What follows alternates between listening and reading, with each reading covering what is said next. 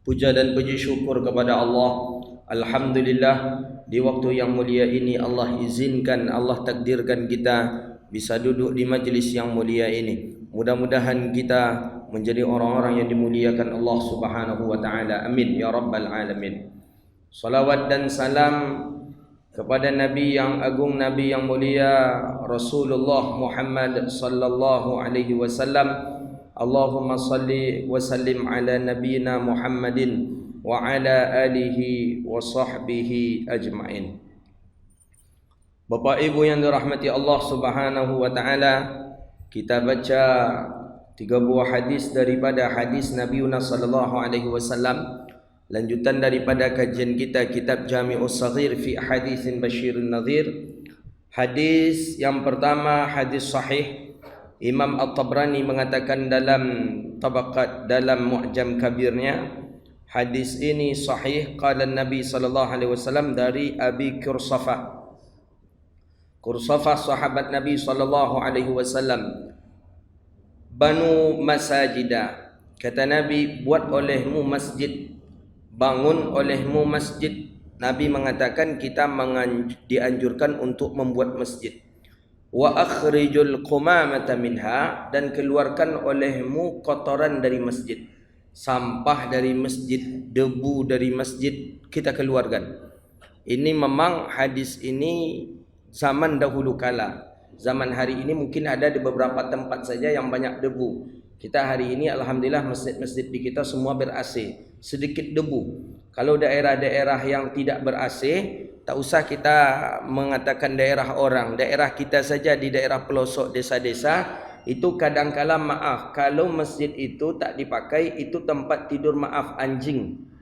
Ada di daerah kita. Jadi masjid itu terpakainya cuma setiap Jumat. Setiap hari Jumat baru dibuka masjid. Setiap Jumat baru dibuka masjid. Kita pernah menengok ada binatang di dalam masjid. Jadi ketika ditanya, kok ada binatang hewan di masjid? Kata orang kampung tu, masjid itu kami pakai sekali seminggu saja Ustaz, setiap hari Jumatnya dia. Jadi setiap waktu solat di mana? Di musalla, di surau. Jadi mereka solat di musalla, di surau. Kenapa tak di masjid? Alasan pertama, karena masjid jauh. Tak usah kita mencontoh yang lain. Di Provinsi Riau ini ada, di daerah yang dahulu kala digenang oleh PLTA Kota Panjang. Kan ada beberapa desa itu. Desa itu kan dipindahkan, seperti desa Ranah Sungkai, seperti desa Kualan, 13 Kota Kampar itu dipindahkan sehingga dibuat rumah baru, rumah penduduk lain, masjid lain pula, dan masjid ini dibuat jauh dari rumah penduduk. Akhirnya masjid tak dikunjungi masjid itu setiap hari Jumat saja. Ini yang dimarahkan oleh baginda Rasulullah sallallahu alaihi wasallam. Bangun masjid, buat masjid, buangkan kotoran daripadanya. Kata Nabi, faman banallahu baitan, siapa yang membuatkan untuk Allah rumah, maksudnya masjid, banallahu lahu baitan fil jannah, maka orang tadi akan dibuatkan pula oleh Allah rumah dia di dalam surga. Wa ikhrajul, dan mengeluarkan kotoran daripada masjid, akan diberikan hurul ain, akan diberikan seorang perempuan yang cantik, bidadari surga, tapi di surga nanti. Tidak di sini. Kalau di sini tak mungkin, marah nanti orang rumah kita, lebih hancak pada dia. Padahal dalam riwayat hadis yang bagus tu, yang cantik tu adalah dia. Muhurul ain, bidadari surga, bagi orang yang membangun rumah, bagi orang yang membuang kotoran dari masjid. Jadi bagusnya memang kotoran-kotoran dari masjid, bukan saja kotoran maksudnya najis, tidak. Ada sampah di masjid, angkat. Ada kotoran di masjid, angkat. Itu besar pahalanya itu. Jangan kita biarkan saja. Kadangkala ada orang kita ini yang membuang kotoran di masjid itu, diletakkan juga di masjid, letakkan di balik karpet. Diambil ini, untung karpetnya saling bertaut ya, jadi payah juga orang-orang sini nak membuang sampah. Kadang menyurukkan sampah di bawah karpet tu, sehingga ketika karpet digulung, berserakan sampah semuanya. Itu tak boleh. Yang mengatakan dengan yang disebut dengan membuang sampah itu, memang dia ambil kemudian ia campakkan keluar. Itu maksud daripada membuang sampah itu. Kalau saya menengok para masyaikh ketika mengaji waktu di Mesir, saya tengok ada kotoran itu diambilnya, ada umpamanya sampah, botol aqua dan lain sebagainya, dia masukkan ke dalam ke dalam sakunya. Itu cara tradisi daripada orang-orang Arab membersihkan masjid. Jadi pahala membersihkan masjid. Jangan kita tengok saja. Tengok nampak kita biarkan saja. Biarlah ada nanti Garim ke menyapu kata dia. Nampak kita biar ajalah, tidak tugas kita itu. Justru ada peluang, ada sampah di depan kita, berarti itu peluang Allah ingin memberi kita suatu pahala. Begitu dia. Kadang orang kita ni malas, dia bekerja itu kan sudah tertanam dalam otak kita bahwa itu tidak tugas kita. Ada orang yang akan membersihkannya. Gitu. Itu salah betul itu. Sama kita sekarang kita memakai outsourcing. Orang luar kita jadikan untuk membersihkan, pihak ketiga. Sehingga orang yang sudah terbiasa membuangkan sampah, dia membuangkan di tempat itu juga. Tak tahu dia kalau itu tu tak boleh lagi buang sampah di sana. Akhirnya ada gesekan-gesekan. Ini yang tidak boleh menurut Islam sebenarnya. Jadi kita ni mesti harus faham bahawa agama itu bersih, agama itu suci, apalagi rumah Allah itu mesti harus kita bersihkan. Hadis yang kedua, qala Nabi sallallahu alaihi wasallam, kata baginda Nabi, kita dilarang, bahawa seseorang dilarang ia bernafas apabila ada faid, ada daripada kup. Kup ini gelas. Ketika gelas berada di dalam mulut kita, dilarang kita tanafas bernafas. Ada dua syarahan hadis ini. Bernafas ketika minum atau menghembus daripada air. Ini sama-sama dilarang dalam hadis. Air panas. Hadis ini sudah kita baca sebelumnya, ini diulang balik. Bahawa air panas, ketika air panas kita tiup untuk mendinginkannya. Atau bukan kita tiup, tapi kita kipas, memakai kipas angin. Kan sekarang dah canggih sekarang. Tak mau dia nafas dia keluar, dia kipas, memakai kipas angin. Ini tetap dilarang oleh baginda Nabi. Jadi bagusnya bagaimana? Biarlah dia dingin sendiriannya. Kalau makanan panas. Ternyata ketika kita tanya hadis ini waktu mengaji di Al-Azhar dulu, ketika dibawakan ke tabib. Tabib ni orang yang pakarlah dalam bidang sihah. Sihah ni kesehatan, ditengok. Rupanya kenapa dilarang air panas ditiup? Kenapa dilarang nasi yang panas ditiup, makanan yang panas ditiup untuk mendinginkan? Karena udara yang keluar dari tubuh kita itu mengandung racun. Maka ketika racun dikeluarkan dari tubuh, dimasukkan ke dia ke dalam minuman, dimasukkan ke dalam makanan, diminum dan dimakan kembali, maka menjadi racun di tubuh kita. Itu dia. Makanya hadis Nabi SAW itu sesuatu perkara yang memang Nabi sendiri dapat ilham daripada Allah. Wa ma yantiqu 'anil hawa in huwa illa wahyun yuha. Kebalikan dengan hadis Nabi SAW dalam hadis Sahih Bukhari, ketika jatuh lalat, idza waqa'a zubab fi ahadikum, ketika lalat jatuh ke salah satu bejana kamu, kata Rasulullah. Kita sedang masak gulai, jatuh lalat. Kita sedang buat kopi, jatuh lalat. Kita sedang buat teh, jatuh lalat. Apa kata Nabi dalam hadis Sahih Bukhari? Falyaghmisaha, maka benamkan dia lalat tadi dengan telunjuk, dengan jari kita. Benamkan lalat tadi, kemudian dia ke atas, buangnya, minumlah air itu. Justru tak boleh kita membuang air itu. Mesti kita minum. Gulai tadi makan, kopi tadi minum, teh tadi minum. Lah, itu kan beracun Ustaz. Balik kita ke hadis tadi. Nabi itu mengucapkan bukan karena nafsu, tapi ilham daripada Allah. Apa kata Nabi dalam hadis Sahih Bukhari tentang langau tadi? Fa inna ahadal janaih, bahawa sesungguhnya di salah satu daripada sayap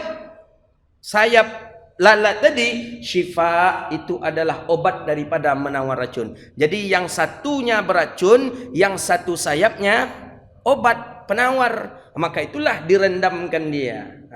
Setelah itu kita buang dan kita minumnya. Dan ini juga dicek di labor oleh orang-orang ahli kesehatan. Bagaimana air yang satunya air biasa saja, yang dimasuki lalat. Air yang satu dimasuki lalat, tapi kita celupkan dan kita buang. Ternyata air yang dicelupi lalat kemudian kita buang jauh lebih bersih dibandingkan dengan air yang ada lalat itu.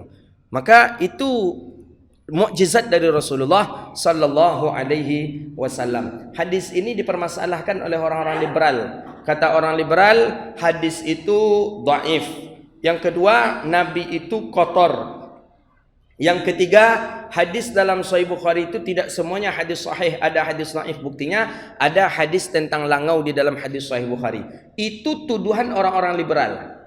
Tiga ini tuduhan orang liberal. Nabi dikatakannya kotor, hadis itu lemah, hadis dalam Sahih Bukhari tidak semuanya sahih, juga ada hadis yang lemah. Padahal hadis dalam Sahih Bukhari, hadis itu sahih semuanya. Kedudukan hadis juga sahih. Abi Hurairah meriwayatkan hadis. Yang ketiga, Nabi bersih. Kenapa Nabi makan lalat? Nabi bukan makan lalat. Kenapa Nabi meminum bekas daripada lalat? Karena Allah sudah meredai dan memfirmankan serta mengilhamkan kepada Nabi bahwa lalat itu salah satu daripada sayapnya membawa obat atau berkah. Itulah dia. Jadi lalat dicelupkan dia, jangan tak kita celup, celupkan kemudian buang dia. Itu kalau lalat tak sengaja masuk. Tapi kalau sengaja memasukkan lalat 5 ekor ke dalam aqua, kuncang minum tu racun. Ini jangan salah memahami makna hadis nanti. Saya pula yang disalahkan. Kata ustaz tu berarti boleh Tidaklah. Bukan, ini kalau lalat ni tak sengaja. Itu dia. Ketika tak sengaja baru ada hukum. Ketika sengaja memasukkan lalat, jelas hukumnya haram. Tak boleh. Sama halnya dengan memakan makanan yang ada ulat di dalamnya. Kita buka mangga, pertama enak, bagus, tengok tak ada ulatnya, makan. Pas yang kedua kalinya, irisan yang kedua kalinya, mulai nampak lalatnya. Mulai nampak lalat berjalan. Kita makan, bolehkah? Pendapat ulama mengatakan boleh kalau tidak takzir. Kalau tidak itu menjijikkan, makan tidak apa-apa, boleh. Karena ulat itu ulat yang dari dalam, bukan dari luar. Yang haram ulat dari luar. Kalau dari luar dia masuk ke dalam, hukumnya haram dimakan. Tapi kalau ulat tadi dari dalam saja, maka boleh kita memakan kalau dia bercampur dengan makanan.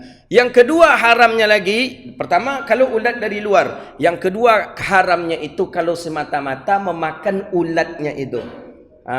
Kita asingkan mangganya, tanpa ulatnya saja lagi. Ini mangga, kita makan mangganya dulu. Setelah mangga dimakan ulat. Makan ulat ni yang haram hukumnya. Tapi kalau sudah di sana dia sehingga payah untuk memisahkannya, makan tidak apa-apa, halal. Pendapat ulama sudah mengatakan karena ulat itu dari dalam, tidak dari luar. Kalau dari luar maka hukumnya tidak boleh. Sama dengan cabai, ulat cabai kan dari dalamnya. Ulat jambu kan dari dalam, bukan dari luar. Maka itu boleh, tidak perlu kita mempermasalahkannya. Hidup dia nanti di perut lagi ustaz, makanya dianjurkan kunyah itu 33 kali. 33 kali. 33 kali memang hancur dia. Tak ada lagi dia ulat itu di dalam perut. Itu yang dianjurkan 33 kali, mati dia. Kita apa boleh cara 33? Mengunyah kita saja paling 3 kali. Sekali ke kanan, sekali ke kiri, gol bola adalah. Ndak boleh perut kita. Dan dia. Jadi kalau kita meniru kesehatan Rasulullah, Nabi itu sehat. Kalau kita meniru cara Rasulullah dalam makan, Nabi itu luar biasa, makannya sehat, tidak kotor. Maka tuduhan orang-orang Nabi kotor, Nabi apa segala macam, tak. Nabi itu justru luar biasa, bersih. Hadis sebelumnya kalau tak salah, ketika sebelum tidur kita dianjurkan menutup seluruh bejana kita. Air tutup, sambal ditutup, apalagi semuanya bejana-bejana yang isi makanan ditutup. Dianjurkan menutup oleh Rasulullah. Lampu pun dimatikan, barulah kita tidur. Itu tanda Rasulullah itu bersih. Karena ketika tidur bisa saja cicak masuk, bisa saja kepuyuk segala macam lah, namanya wak lelok. Maka itu tanda Nabi SAW bersih. Hadis terakhir qala Nabi SAW, Ibn Adam ati' rabbaka tusamma akilan. Kata Nabi SAW dalam hadis Abi Nuaim di dalam Hilyatul Awliya dari Abi Hurairah dan daripada Abi Sa'id Al-Khudri rahimahullah. Kata Nabi SAW, hai Ibn Adam, anak Adam, ati' rabbaka tusamma akilan. Engkau taatilah Tuhan engkau, tusamma akilan, maka dinamakan engkau dengan orang yang berakal. Orang yang berakal berarti orang yang taat kepada Allah. Kalau orang tu salat berarti dia berakal. Kalau orang tu puasa Ramadan berarti dia berakal. Jadi kalau ada orang kita hari ini umur sudah 40 tahun tapi tak salat, berarti belum berakal namanya. Masih paje-paje namanya. Masih budak dia. Umur dah 35 tahun tapi belum salat, belum berakal.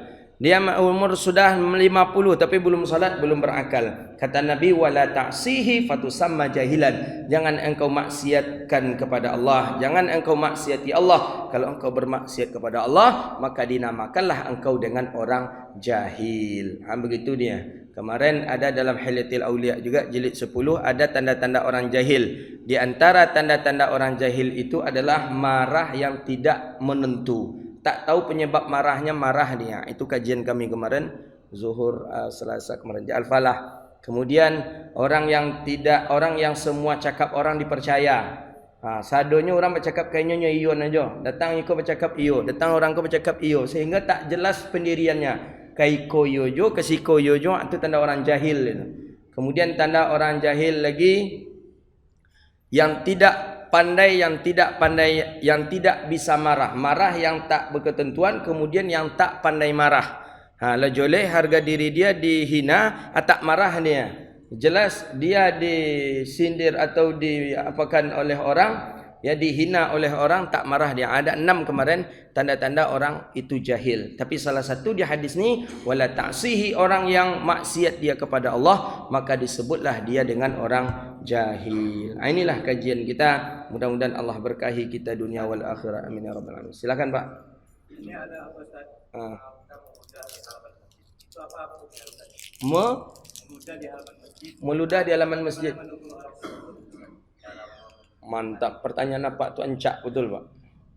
Meludah dalam masjid, di halaman masjid. Buat kaji di luar lo, di dalam lo buat kaji lo.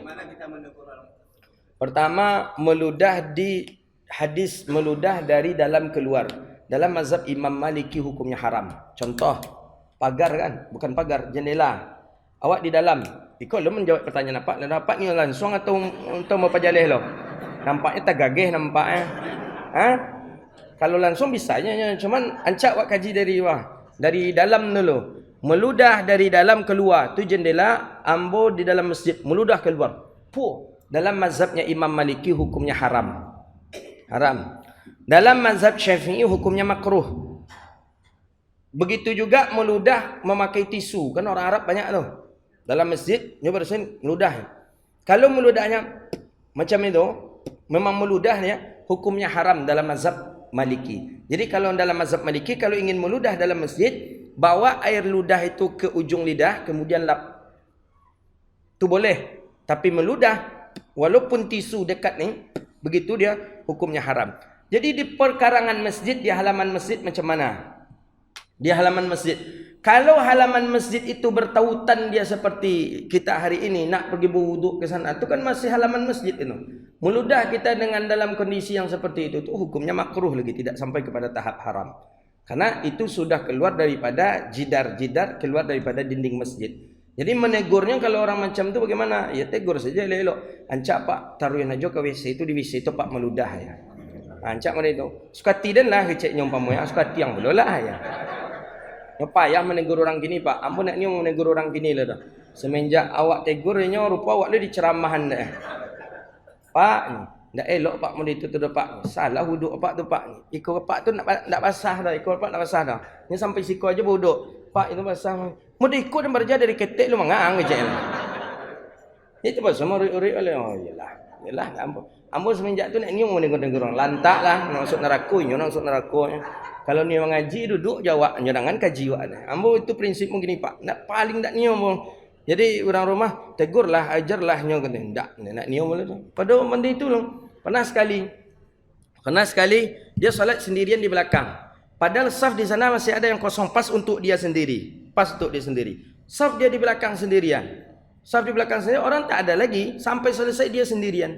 Jadi amba ingatkan, besok bapak jangan salat sendirian di belakang. Hadisnya sahih dalam Sahih Bukhari, man saffal nafsahu, siapa yang saf sendirian saja di belakang saf, maksudnya bukan di belakang imam, di belakang saf, fahuwa syaitan, maka dia adalah syaitan. Jadi tak boleh Pak isin.